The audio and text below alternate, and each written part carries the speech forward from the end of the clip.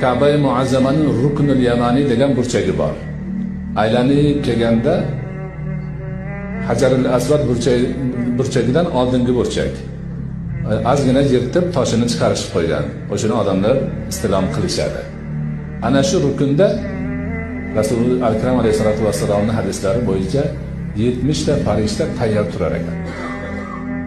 Turishar ekan. Ularning vazifasi nima?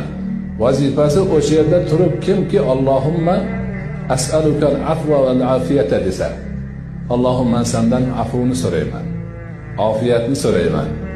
Bu dunyo va oxiratda. Robbana atina fid dunyoni hammamiz bilamiz.